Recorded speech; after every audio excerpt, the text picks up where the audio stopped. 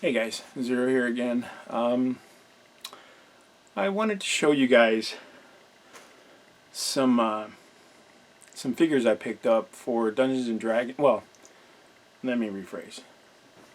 They're toys, and I picked them up for my son when he was really little. You know, when he was into that phase where he had to grab stuff and just, they want to put stuff in their mouths and they want to play, and it's got to be tough. You know what I'm saying? Nothing plastic or with stickers or anything like that. So we picked up some little rubber dinosaurs, or plastic dinosaurs, plastic rubber, whatever you call these, from Michael's. Now, it is what it is, right? The little plastic dinosaur. See, little Tyrannosaurus Rex. He's got the little gimpy arms. Now, this thing at Michael's is they run about $5, $6, something like that. The trick is, if you sign up for their newsletter, like their email, which is free, you don't pay anything for that, which is pretty freaking cool. You sign up for their email, and once a week they'll send you coupons, anywhere from 20% off your entire purchase to 30% off your purchase to 40% off one item up to 50% off one item, which is phenomenal, right? Because that brings that down to like $2.50, which is the cost of a standard Bones, Reaper Bones, or Dungeons and Dragons pre-painted miniature. I'm going to get over to the table. I'm going to show you a couple more of these that I picked up, and I'll show you some next to models and stuff like that. But you could use these in Dungeons and Dragons and things like that. And I was going to we were going to put them in a bin and donate them with a lot of his other toys, but I saw them and I was like, no, you know what? Those can be used in D&D, right? So, and I have a whole bunch of other stuff like for jungle adventures and things like that. So, why not, right? Why waste not, want not? And honestly, you don't even need to repaint them because their paint is pretty well done. I mean, it's not the best, clearly, but it's not bad for a kid's toy for $2.50 or whatever it is right now. They even have other things like dragons, which I've picked some up before. They've got some dragons. They've got some fantasy stuff like griffins, wyverns. You just gotta look, and every once in a while they'll have something, and the next week they may not have it. And they have some big figures like a human with a mace or whatever, but he's really, really big for Dungeons and Dragons, unless you want to use him as a giant or something like that. But yeah, it's pretty cool. We'll take a quick look at these guys at the table, and I'll compare them to some other miniatures so you guys can see the size, and you can make your decision on whether or not it's a practical miniature or toy miniature, whatever, for your Dungeons and Dragons games. All right, we'll get to the table and take a quick look.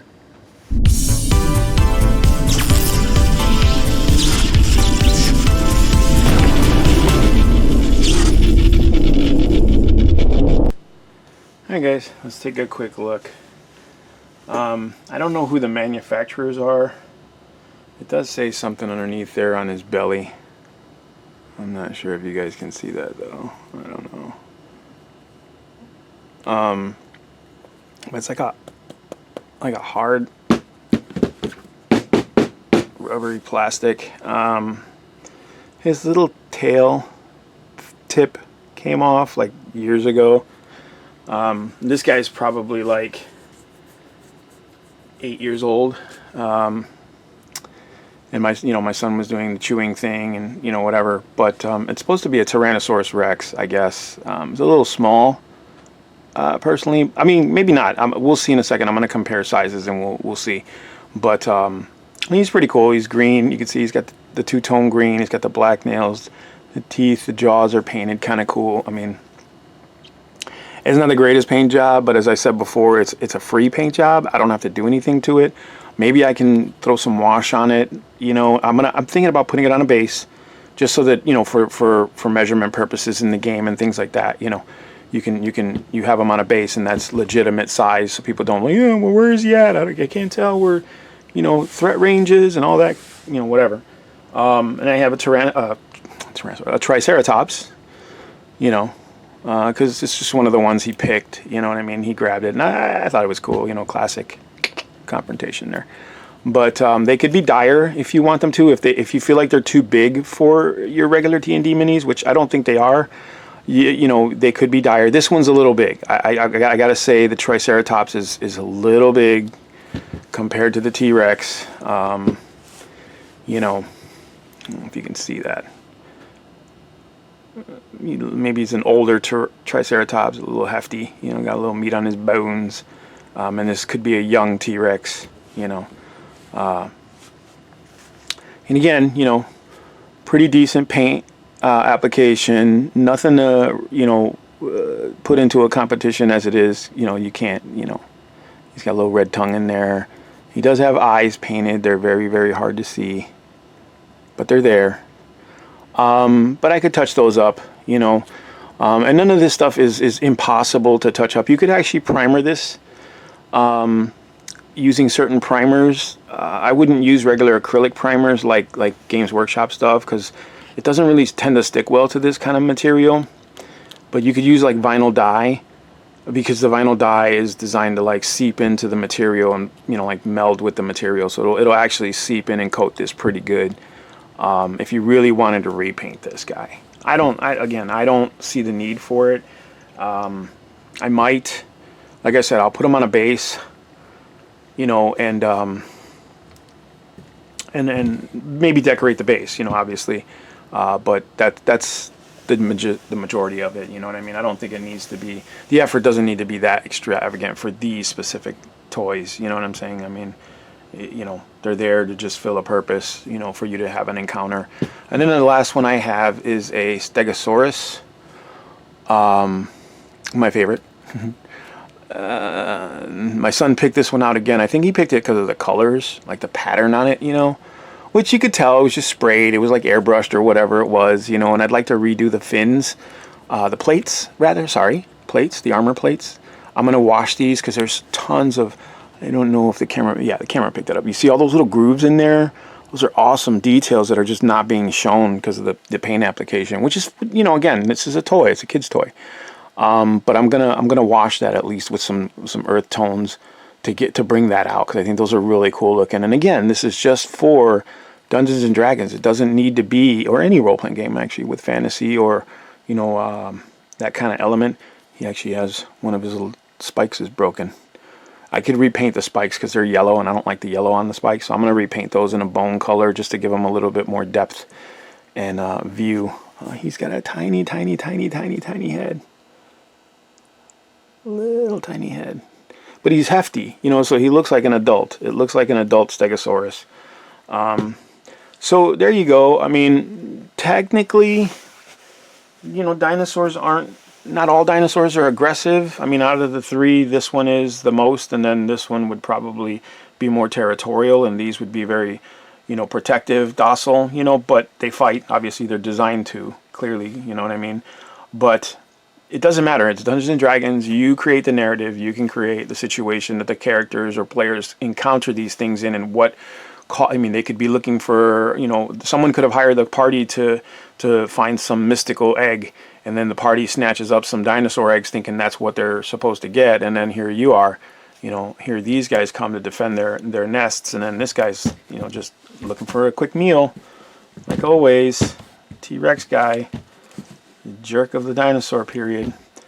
You know, I don't, you know, for those who are sticklers for dinosaur lore, I don't know. I think these were all in the same period. I think he might not have been in the same period as these two. Maybe a little bit before or after. Maybe there. I don't know. I thought he was.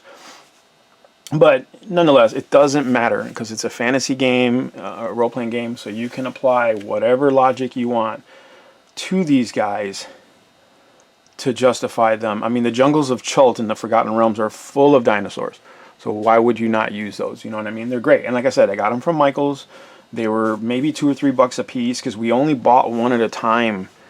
You know, because we had the coupon. Why buy like 4 of them when you could go back and it's right, like they're right by the house. So we popped in every week and just grabbed another one.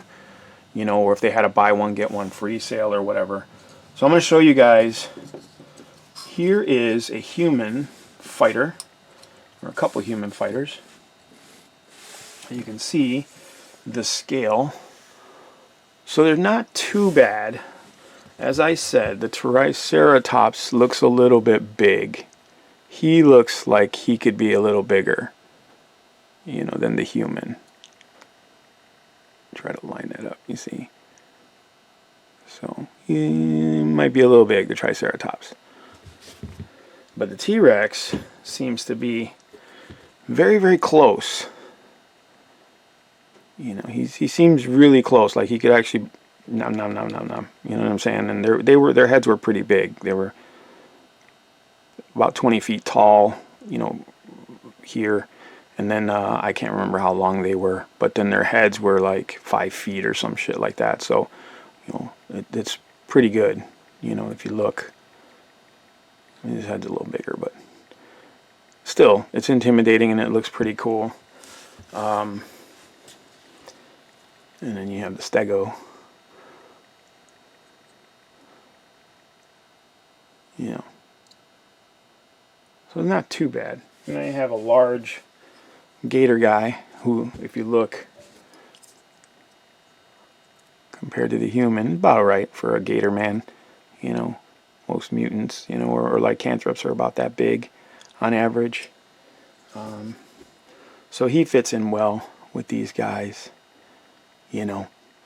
And again, you know, these are the kind of models you would use in that kind of adventure, right? Like jungles and swamps and stuff. Why not, you know? The Gatormen could actually be controlling the dinosaurs, you know, or at least have them as slaves or pets or, you know, whatever you want to, you know. It sounds cheesy, but you never know, you know what I mean? You put those kinds of things together and you could really change the dynamic of your game. And, you know, obviously if it's not, you know, a silly, you know, really silly encounter, I mean, but it is as silly as you make it, right, I guess.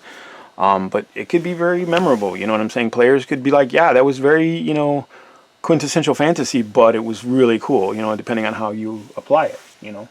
And just for, you know, the purposes of who's in charge, here's the young white dragon from Dungeons and Dragons. Nalzor's whatever fantastical marvelous miniatures. But here you go. So even though the young dragon is pretty big, he's not as big as the dinosaur. He's way more powerful, but he's not as big yet. He'll get there. He'll get there.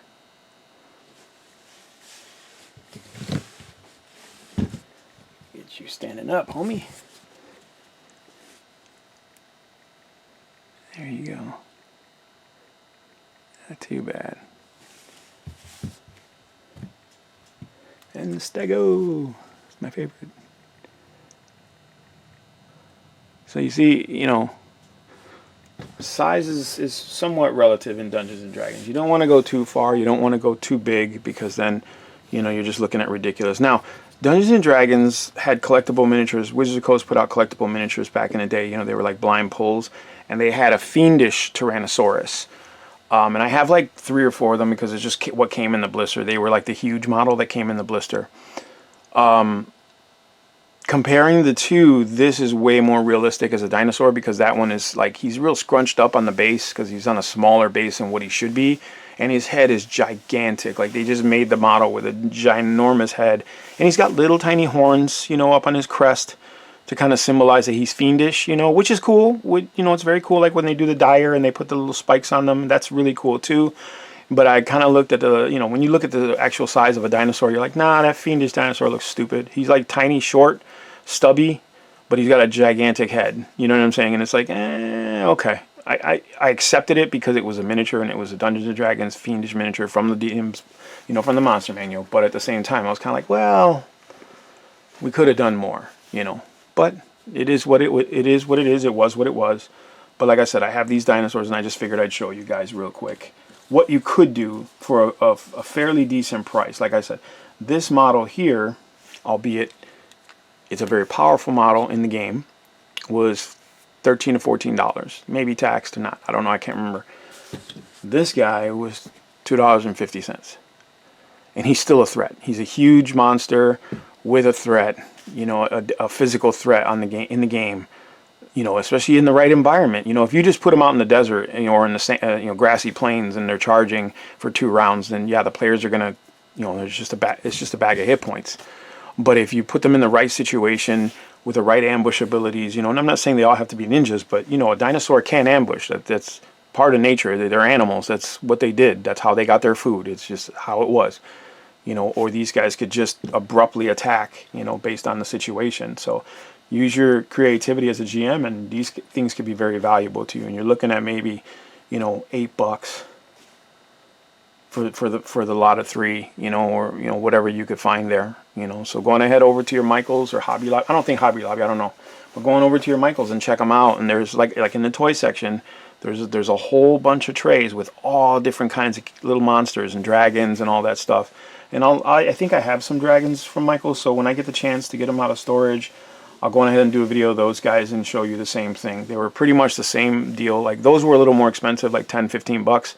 But when you do use your coupon, you know, they're still under the $10 mark, and that worked for me. So, all right, guys. I hope you enjoyed. If anything, I will let you guys. I'll see you guys real soon.